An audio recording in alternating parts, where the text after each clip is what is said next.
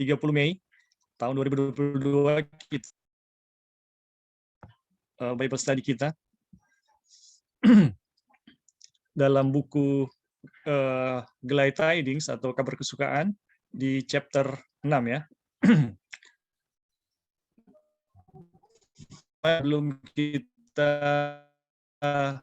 memulai, kita sediakan hati kita untuk bimbing oleh Tuhan. Kita tunduk kepala sejenak, kita berdoa. Mari kita berdoa. Bapa kami yang di surga, datang ke hadirat-Mu untuk sayang Tuhan yang selalu nyata bagi kami. Berkat-berkat Tuhan yang selalu menjadi bagian kami. Saat ini kembali memberi kami kesempatan untuk mempelajari akan firman-Mu. Terima kasih Tuhan untuk kesempatan yang Tuhan bagi kami. Hikmah, pengertian, apa kami mengerti. Ya Tuhan, balah hati kami supaya siap untuk setiap kebenaran firman Tuhan yang Tuhan rindukan, supaya kami memahami. Dan terima kasih untuk Roh Tuhan, Ia akan membimbing kami ke dalam seluruh kebenaran Tuhan. Terima kasih Tuhan, terima kasih kami boleh memahami kebenaran dan kebenaran yang akan memerdekakan. Kayak mau proses berkasih untuk memberkati jaringan internet, sehingga kami proses Bible study kami boleh berlangsung dengan baik, dan juga memberkati saudara-saudara kami mungkin terhubung dengan kami. Biar surga yang sama selalu menjadi bagian kami. Inilah doa kami Tuhan, serahkan Bible study kami ke dalam tangan-Mu, dalam nama Yesus kami sudah berdoa. Amin. Ya baik, kita akan memulai. Namun sebelum kita mulai ya, di sini ada Brother Gabriel ya, Gabriel Anderson.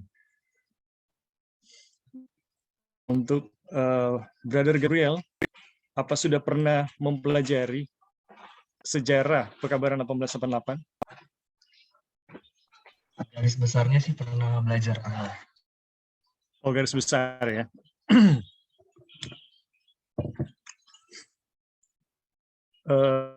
Kalau boleh tahu itu apa ya? Sumbernya dari mana? Buku apa? Lupa, pernah baca itu bukunya apa yang terjemahan bahasa Indonesia yang dari apa Adventist Book Center. Apa yang harus diketahui oleh orang Advent? Ya, betul Angkal, tentang itu. Oh, oke. Ya itu udah bagus sih itu. Jadi kita akan bagi ya sedikit poin sejarah saudara Gabriel. Jadi kenapa kita mempelajari Pekabaran 1888? Apa sih Pekabaran 1888? Yang kenapa kita harus belajar itu? Nah, secara singkat, kita tahu bersama gereja kita itu diawali dari Advent Movement ya, mulai dari 1840 sampai 1844, 22 Oktober, dan itu adalah satu pergerakan yang bisa dibilang luar biasa ya kalau itu terjadi saat ini. Karena melihat dari presentasi yang ada waktu itu sebenarnya pergerakan Advent di tahun 1840-an sampai 1844 itu udah menyita perhatian dunia ya saat itu. Dan pergerakan Advent sendiri itu memang terjadi secara mendunia sejak 1840 sampai 1844. Nah, di Amerika pergerakan Advent itu di 1844 itu mencapai satu titik yang dikatakan oleh Ellen White itu melebihi rasul-rasul ya, baik kualitas maupun kuantitasnya. Kalau mau dihitung ya, itu melebihi rasul-rasul. Namun ketika berbicara bagaimana mereka mau bertemu dengan Tuhan, yang mereka yakin waktu itu ya, tanggal 22 Oktober 1844, itu ketika itu tidak terjadi, ya sebenarnya perhitungannya bukan salah ya, perhitungannya kalau kita belajar kemenangan akhir, perhitungannya bukan salah, penanggalannya juga tidak salah. Yang salah adalah pemahaman mereka tentang Ka'bah ya, apa yang mereka pahami tentang Ka'bah. Tetapi sebenarnya kalau mereka mau bertahan, ya, kalau mereka mau bertahan, mereka bisa, ya, Tuhan akan berikan pekabaran yang akan menyiapkan mereka, dan tidak lama sesudah 22 Oktober itu mereka akan siap ya untuk kedatangan Tuhan. Tetapi yang terjadi adalah mereka tidak siap ya, mereka tidak siap. Jadi 1844 ini, pergerakan Advent 1844 ini, yang mau bertemu dengan Tuhan itu tidak siap.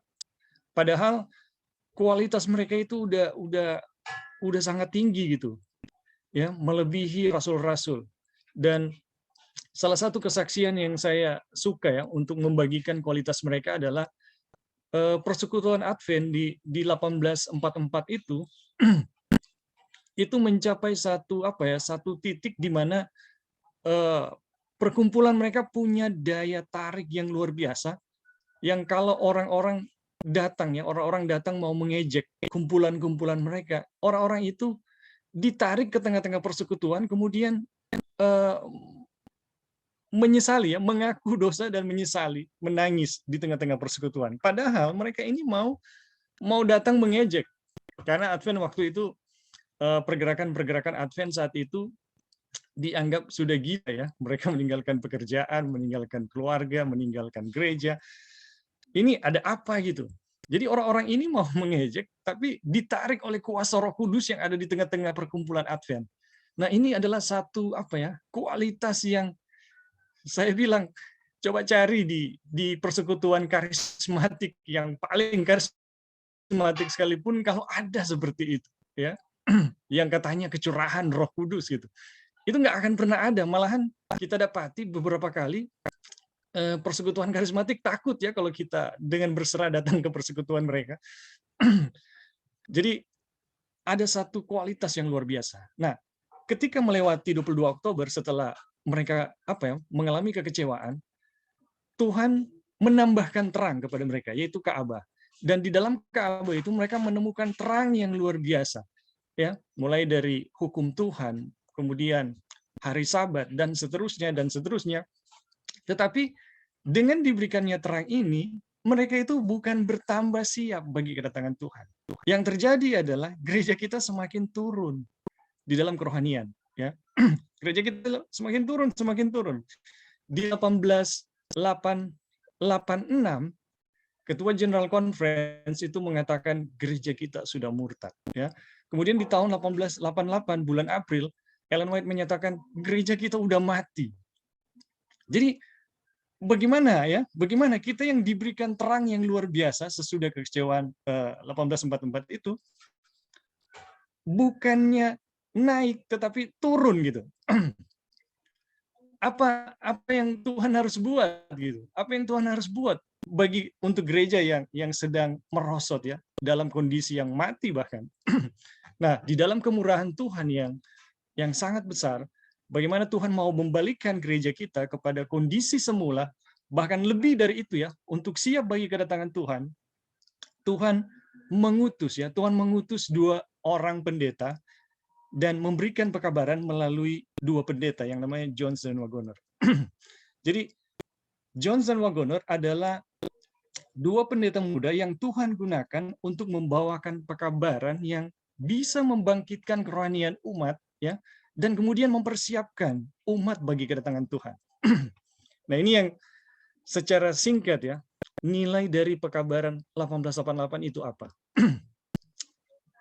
Nah, itu yang pertama ya. Yang kedua adalah kalau kita lihat dari sejarah, sesudah kekecewaan 1844, para Advent itu baru menemukan yang namanya hukum Tuhan, ya, termasuk di dalamnya hari Sabat.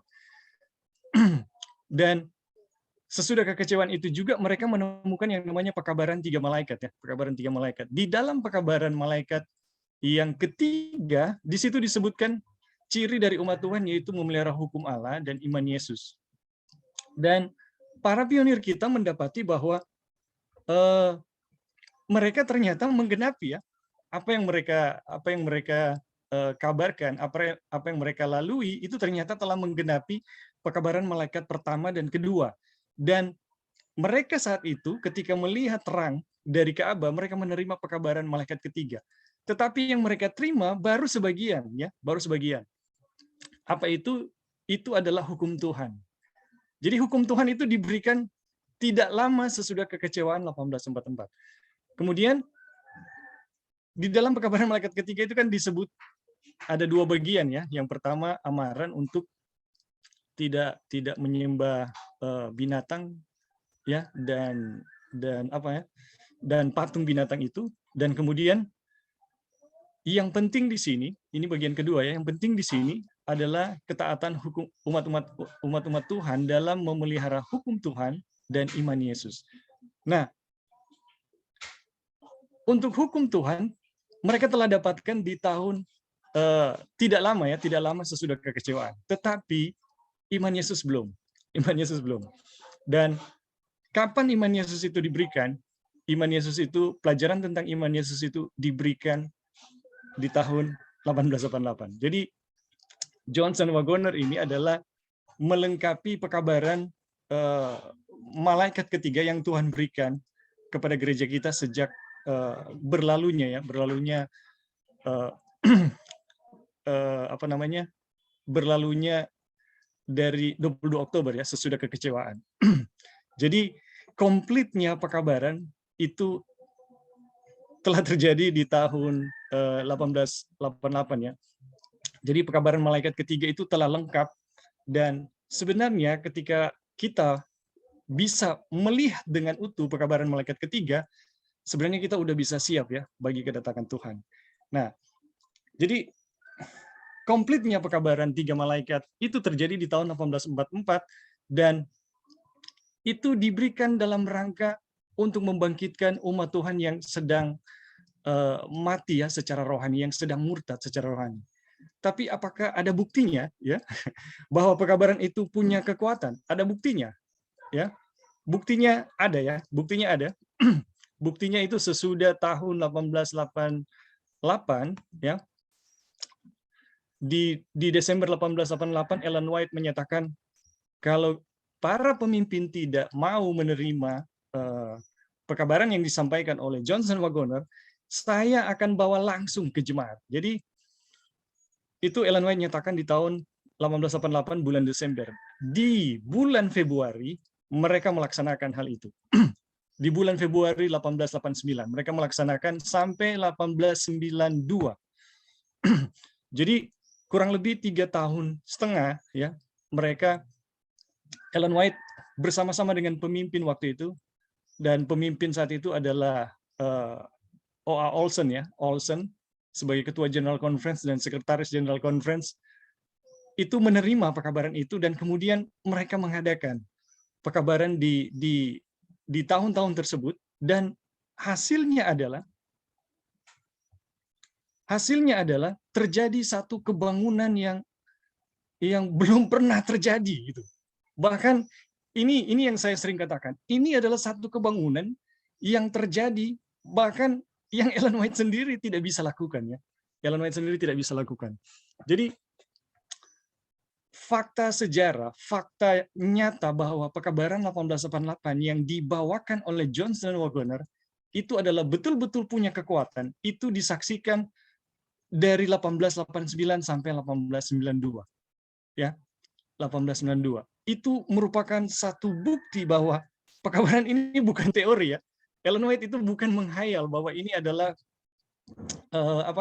pekabaran yang luar biasa yang Tuhan berikan. Tidak, itu sudah punya bukti. Hanya kenapa kenapa tidak sampai pada pemulihan sepenuhnya di dalam gereja kita, ya kita tahu bersama ada apa ya, masalah di dalam organisasi kita. Jadi kita bisa bilang pekabaran 1888 yang disampaikan oleh Johnson Wagoner itu merupakan jawaban Tuhan untuk menyembuhkan gereja, ya, untuk menyembuhkan gereja yang sudah murtad, yang sudah mati, untuk dibangkitkan kembali, bahkan disiapkan bagi kedatangan Tuhan yang kedua kali. Jadi kira-kira seperti itu ya, sekilas mengenai pekabaran 1888. Dan ya, mengenai poin-poin yang penting ya dalam pekabaran 1888. Kenapa kita harus belajar pekabaran ini? Karena memang pekabaran ini jarang yang tahu ya, jarang yang tahu. Kalau kita belajar sejarahnya, kita akan tahu persis kenapa kita lambat mengetahui atau jarang orang yang tahu gitu. Karena memang ada upaya-upaya yang saya bisa bilang secara sistematis ya untuk memusnahkan pekabaran ini. Dan dalang dibaliknya ya kita tahu bersama, Ellen White sendiri yang katakan itu adalah kepausan ya. Tapi oke, kira-kira seperti itu dulu ya, kita seperti itu dulu poinnya. Dan yang penting di sini adalah bagaimana kita telah bertemu dengan pekabaran, dan saat ini ya kita menikmati ya pekabaran tersebut, dan teman-teman juga yang sudah pelajari bisa menyaksikan indahnya pekabaran yang sedang kita pelajari saat ini. Oke, kira-kira seperti itu untuk Brother Gabriel Anderson. Jadi itu sekilas ya, sudah ditambah dengan buku yang sudah dipelajari, nah itu lebih mantap lagi ya. Oke, kita akan lanjut ya untuk materi. Ya, silakan Brother Dolphin. Ya, mungkin bisa di-mention juga tentang A.T. Jones, pekabaran yang mereka kabarkan ini. Ellen G. White kutip, saya lupa kutipannya, mungkin Joy masih ingat, bahwa akan mendatangkan kecurahan Roh Kudus. Oh ya. Ya, jadi di buku Testimonies to Minister halaman 92 ya kalau nggak salah. Di situ Ellen White menyatakan Tuhan telah memberikan pekabaran dalam rahmatnya yang besar. Tuhan telah memberikan pekabaran melalui pendeta Johnson Wagoner, ya.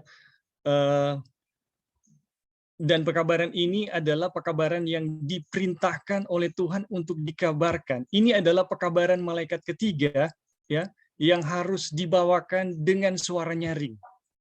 Dan apa ya? Pekabaran ini, ya, penerimaan pekabaran ini akan diikuti dengan pencurahan roh yang tanpa batas. Itu di buku Testimonies to Ministry. Kemudian kalau di Selected Message ya, di buku Selected Message jilid 3 kalau nggak salah, di situ Ellen White mengatakan ketika musuh berhasil menahan pekabaran ini, ya, setan berhasil melawan pekabaran ini, menahan pekabaran ini di tahun 1888, setan berhasil menahan kuasa Roh Kudus seperti yang Tuhan mau curahkan di Pentakosta. Jadi luar biasa ya. Kemudian di buku yang sama bukan buku yang sama ya, di Gospel Workers ya, buku Gospel Workers itu Ellen White menyatakan kalau menerima pekabaran ini dengan benar, maka kerajaan setan itu akan hancur. Wah. Ini bukan main-main ya, bukan main-main. Dan kami sendiri yang mempelajari ya pekabaran ini telah menyaksikan bagaimana kuasa Tuhan yang memang betul-betul menghancurkan kuasa setan itu luar biasa. Oke, mungkin ada teman-teman yang lain yang mau menambahkan. Itu yang kira-kira yang saya ingat ya dari apa yang Ellen White nyatakan. Ya, halo Bing. Ya, silakan Joy. Ya, betul sekali ya, yang tadi sudah dipaparkan itu sangat betul, dan kita semua menyaksikan betapa besar kuasa Tuhan dalam memberikan pekabaran ini kepada kita semua. Dan selain yang sudah dikutip tadi, ada satu kutipan juga yang kita masih ingat, dibilang bahwa pekabaran dari Wagner dengan A.T. Jones adalah pekabaran yang ditujukan kepada jemaat Laodikia. Jadi kita tahu kondisi Laodikia kan itu suam-suam kuku, merasa diri benar, merasa diri kaya, tidak membutuhkan apa-apa, padahal mereka telanjang, miskin, buta. Dan kita punya kesaksian sendiri adalah sebelum kita mempelajari pelajaran dari mereka, saya berada dalam kondisi Laodikia ya, yang mana merasa diri benar dan sebagainya dan sebagainya. Tapi pas mendapatkan pekabaran mereka ini, Ellen White kutip bahwa pekabaran mereka inilah yang akan menghempaskan kemuliaan manusia ke debu tanah gitu. Jadi kita punya kesombongan secara rohani dan merasa diri tahu dan semuanya itu, merasa diri sanggup, merasa saya bisa bikin sesuatu tanpa Tuhan, itu semua dihempaskan di dalam debu tanah. Dan pekabaran mereka lah yang membuka mata kita semua ya, yang merasa bahwa betapa kita tidak bisa bikin apa-apa tanpa Tuhan, dan mana kita semua berada dalam kondisi yang sama, semua manusia sudah jatuh dalam dosa, dan satu-satunya jawaban dan satu-satunya pengharapan itu adalah kehadiran Kristus di dalam kita yang akan melakukan semua pekerjaan yang Tuhan tuntut gitu. Jadi emang betul-betul pekabaran ini bisa dikatakan sangat luar biasa, yang saya sendiri dari lahir sampai sekarang pun dari lahir saya nggak tahu mengenai arti Injil yang benar itu apa, kebenaran oleh iman itu apa, bagaimana, sampai Tuhan memperkenalkan pekabaran ini baru bisa mengerti. Dan dengan mengerti ini pun saya berada dalam situasi yang mana istilahnya so tahu pekabarannya, ya udahlah sampai situ. Enggak, justru semakin belajar semakin rindu dan haus mau lebih dan lebih lagi gitu, nggak akan pernah puas gitu. Jadi pekabaran ini setiap kali mau berbesar dia seperti kayak mau nggak sabar untuk mengikuti pekabaran ini gitu. Oke, Bing, thank you, itu aja. Ya, jadi untuk Brother Anderson ya, bagi kita yang di grup yang mempelajari, ada banyak kesaksian yang kita bisa rasakan ya. Ada banyak kesaksian untuk yang kita bisa rasakan dari pekabaran ini. Banyak keajaiban ya yang Tuhan telah buat. Dari belajar Alkitab, kita kerinduannya semakin besar ya. Yang dulunya Alkitab kita lihat sebagai misteri, loh kenapa dia bisa terbuka gitu. Kita melihat jalan keselamatan itu bukan samar-samar ya, bukan samar-samar, bukan misteri, bukan sesuatu yang jauh milik para cendekiawan atau intelektual ya, tapi kita melihat begitu sederhananya jalan keselamatan. Dan banyak sekali keajaiban yang Tuhan telah buat melalui pekabaran ini. Oke, masih ada lagi dari teman-teman atau bagaimana dengan Brother Anderson, Gabriel?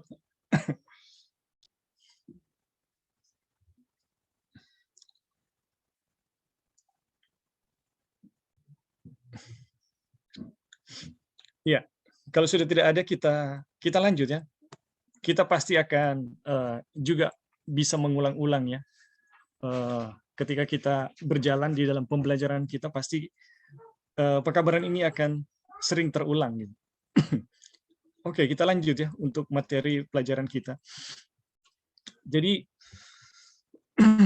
pada pasal 6 ini ya, pasal 6 dalam buku Galatia, buku kabar kesukaan atau Glad Tidings, kita telah belajar perbedaan dari orang yang benar ya, bagaimana orang yang benar bersikap terhadap orang berdosa, dan orang yang yang hidup dalam kebenaran sendiri, bagaimana bersikap terhadap orang berdosa. Jadi orang yang betul-betul memiliki kebenaran Kristus itu bersikap kepada orang berdosa itu bagaimana? Dan bagaimana orang yang merasa benar, tapi itu benarnya oleh karena dirinya sendiri. Bagaimana bersikap kepada orang berdosa? Nah, yang benar, orang merasa diri benar ketika melihat orang berdosa. Ya, kita telah pelajari ya pada beberapa waktu tahan ya ke seorang mereka tidak akan tahan, mereka akan suka, mereka akan suka di mana kelemahannya, mereka akan untuk